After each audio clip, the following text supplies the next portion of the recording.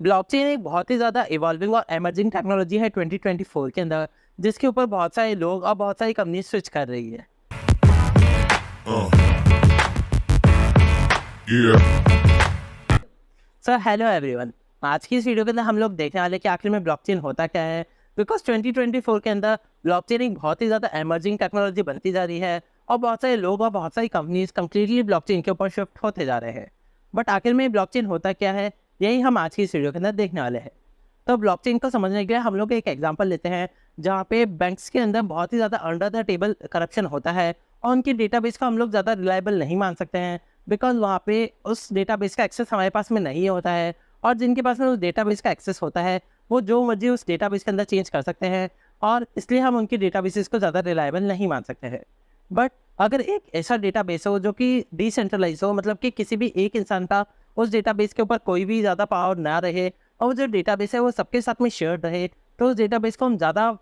Reliable मानेंगे। Because उसके अंदर जब भी कोई इंसान चेंज करता है तो सबके साथ में शेयर्ड है, तो उसके अंदर कोई भी चेंज होता है तो वो सबके को पता चल जाएगा और वहाँ से वो टेम्परिंग रुक जाएगी। तो इसलिए ये जो डेटाबेस है वही होता है ब्लॉकचेन, जहाँ पे जो उसका डेटा होता है वो एक डिसेंट्रलाइज डेटा होता है, मतलब कि किसी का भी उस डेटा के ऊपर सिंगल ओन नहीं होता है और वो डेटा सबके साथ में शेयर रहता है। अब जैसे कि बैंकों के अंदर पासबुक होती है और पासबुक के अंदर आप लोगों को वहाँ पे ट्रांजेक्शन दिख रहे होते हैं अलग अलग, वहाँ पे ये जो पर ट्रांजेक्शन होता है, मतलब ये जो एक सिंगल ट्रांजेक्शन होता है वो रिप्रेजेंट कर रहा होता है एक ब्लॉक को। और इससे आप लोग देख सकते हो कि अगर आप लोगों के पासबुक के अंदर 100 ट्रांजेक्शन हो रखे हैं तो आप लोगों के 100 ब्लॉक बन जाएंगे और हर एक ब्लॉक एक दूसरे के साथ में कनेक्टेड रहता है।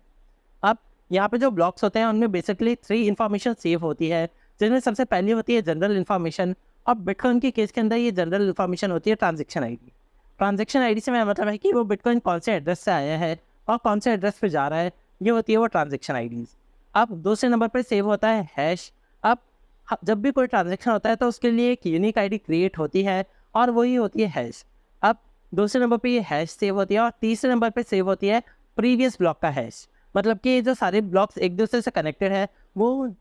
पहले जो ब्लॉक उससे कनेक्टेड है उसका जो हैश होता है वो आगे वाले ब्लॉक के अंदर सेव होता है, जिससे कि प्रीवियस ब्लॉक का हैश आगे वाले में सेव होता है, फिर आगे वाले का और आगे वाले में और आगे वाले का और आगे वाले में। और इसके थ्रू ये सारे ब्लॉक्स कनेक्टेड रहते हैं। और जो पहला ब्लॉक होता है जिसके अंदर किसी भी ब्लॉक का प्रीवियस हैश नहीं होता है उस ब्लॉक को हम लोग कहते हैं जेनेसिस ब्लॉक।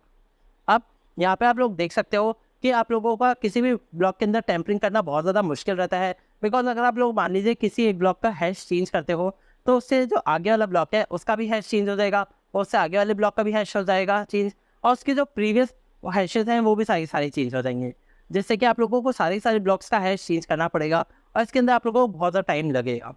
अब आप लोग तो कह दोगे कि नहीं हम तो सारे ब्लॉक्स का टाइम चेंज कर देंगे, सारे ब्लॉक्स का जो हैश है वो सब कुछ चेंज कर देंगे। बट अगर आप लोग मान लीजिए कि बिटकॉइन का एक ब्लॉक का हैश चेंज करने में आप लोगों को 10 मिनट लगते हैं और वहाँ पे 1 करोड़ ब्लॉक्स हैं, तो आप लोगों को 200 साल लग जाएंगे उन सारे ब्लॉक्स का चेंज करने के अंदर, जो कि एक ह्यूमन लाइफ स्पैन के अंदर काफ़ी ज़्यादा इम्पॉसिबल चीज़ है।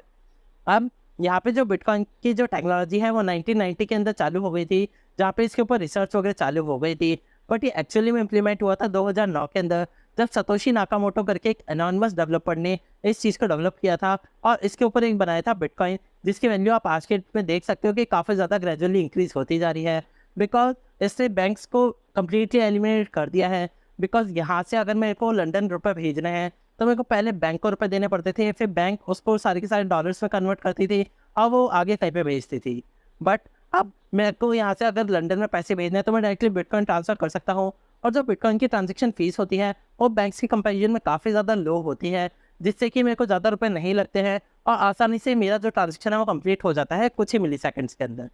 अब वापस से बात करते हैं डेटा टैंपरिंग की ब्लॉकचेन के अंदर। तो जैसे कि मैंने आप लोगों को बताया कि आप लोगों को एक ब्लॉक का डेटा टैंपर करने के लिए 10 मिनट देने होते हैं और वो चीज़ आती है प्रूफ ऑफ वर्क से, जहाँ पे आप लोगों को प्रूफ करना होता है कि आप लोगों ने एक ब्लॉक के पीछे काम करने में 10 मिनट लगाए हैं। और इसलिए आप लोगों को अगर हर ब्लॉक का हैश चेंज करना होगा तो आप लोगों को काफ़ी ज़्यादा टाइम लगाना होगा और फिर जब अगर आप लोगों को उस चीज़ को ऑथेंटिकेट कराना होगा तो आप लोगों को उसको पूरे नेटवर्क में भेजना होगा। और नेटवर्क में भेजने के बाद में भी ऐसा नहीं है कि आप लोगों ने ये सारे ब्लॉक्स का टाइम चेंज कर दिया और जैसे आप लोगों ने नेटवर्क में भेजा आप लोगों का ब्लॉक सक्सेसफुली सबमिट हो जाएगा। ब्लॉक में यानी कि नेटवर्क के अंदर जितने भी लोग हैं, मान लीजिए ब्लॉक जो नेटवर्क है हमारा उसके अंदर 100 लोग हैं, तो आप लोगों को 100 में से कम 51 लोगों का वोट चाहिए होगा कि वो नेटवर्क सही है, जो भी वो सारा नया टेम्परिंग करके जो डेटा आया है वो सारा का सारा करेक्ट है, तभी आप लोगों को वहाँ पे नेटवर्क सक्सेसफुली ऑथेंटिकेट होगा। और अगर मान लीजिए 51 लोगों ने वोट नहीं किया, तो आप लोगों को जो नेटवर्क है वो वहाँ पे सक्सेसफुली इम्प्लीमेंट नहीं होगा और वो आपका जो टेम्पर्ड डेटा है उसको रिजेक्ट कर देगा। तो यहाँ से भी आप लोगों को देख सकते हो कि अगर आप लोगों को ब्लॉकचेन के अंदर किसी भी ब्लॉक के अंदर कोई सा चेंज करना है, तो एक तो आप लोगों को काफ़ी ज़्यादा टाइम लगाना पड़ेगा, और जो आप लोगों का जो नेटवर्क है आप लोगों को उसको 50% से ज़्यादा ओन करना होगा, तभी आप लोग उस ब्लॉकचेन के अंदर कोई सा चेंज कर सकते हैं।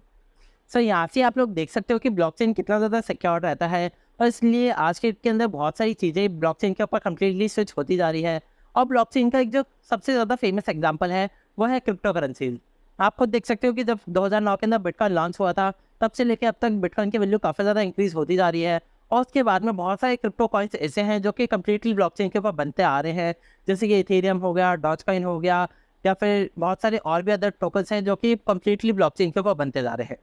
अब क्रिप्टो करेंसी के अलावा जो और फील्ड से जहाँ पे ब्लॉकचेन तबाही मचा रहा है वो है रियल इस्टेट्स का, बिकॉज आज के डेट में जो नोटरी के काम होते हैं वहाँ पे भी ब्लॉकचेन इंप्लीमेंट हो चुका है, जिससे कि जो उस प्लॉट के जो प्रीवियस ओनर्स हैं उन सबकी इन्फॉर्मेशन सिक्योर रह पाए। थर्ड जगह जहाँ पे ये ब्लॉकचेन इंप्लीमेंट हुआ है वो है हॉस्पिटल्स, जहाँ पे आप लोगों की जो भी पेशेंट की इन्फॉर्मेशन है वो सारी ब्लॉकचेन के ऊपर डाल दी जाती है, जिससे कि सारी की सारी पेशेंट्स की इन्फॉर्मेशन काफ़ी ज़्यादा कॉन्फिडेंशियल रहे और अच्छी जगह स्टोर रहे। अब अगर आप लोगों को अपना ब्लॉकचेन बनाना है तो आप लोग स्क्रैच से प्रोग्रामिंग करके भी उस चीज़ को बना सकते हो, और आज की डेट के अंदर बहुत सारी टोकन्स ऐसे हैं जहाँ पे जिनकी हेल्प से आप लोग अपनी आप ब्लॉकचेन बना सकते हो, जिसका एक फेमस एग्जांपल है इथेरियम। इथेरियम के ऊपर आप लोगों को स्मार्ट कॉन्ट्रैक्ट्स मिल जाएंगे। अब smart contracts basically normal paper work की तरह ही होते हैं, बट वो स्मार्ट वे में यानी कि डिजिटलाइज में दिए जाते हैं। अब वहाँ पे आप लोगों को ब्लॉकचेन बनाने के लिए एक प्रोग्रामिंग लैंग्वेज पढ़नी पड़ेगी जो कि है सॉलिडिटी, और अगर आप लोगों की बेसिक प्रोग्रामिंग क्लियर है तो आप लोग सॉलिडिटी को आराम से कर लेंगे। अब अगर आप लोगों को सॉलिडिटी के ऊपर एक वीडियो चाहिए कि सॉलिडिटी के थ्रू एक ब्लॉकचेन कैसे बनाते हैं, तो मुझे कमेंट सेक्शन में ज़रूर बताना, ताकि मैं उस चीज़ के ऊपर भी वीडियो जल्दी ला पाऊँ। तो आज की इस वीडियो के अंदर इतना ही। आई होप सो आप लोगों को समझ में आ गया होगा कि ब्लॉकचेन क्या होता है और वो कैसे बहुत ज़्यादा सिक्योर रहता है।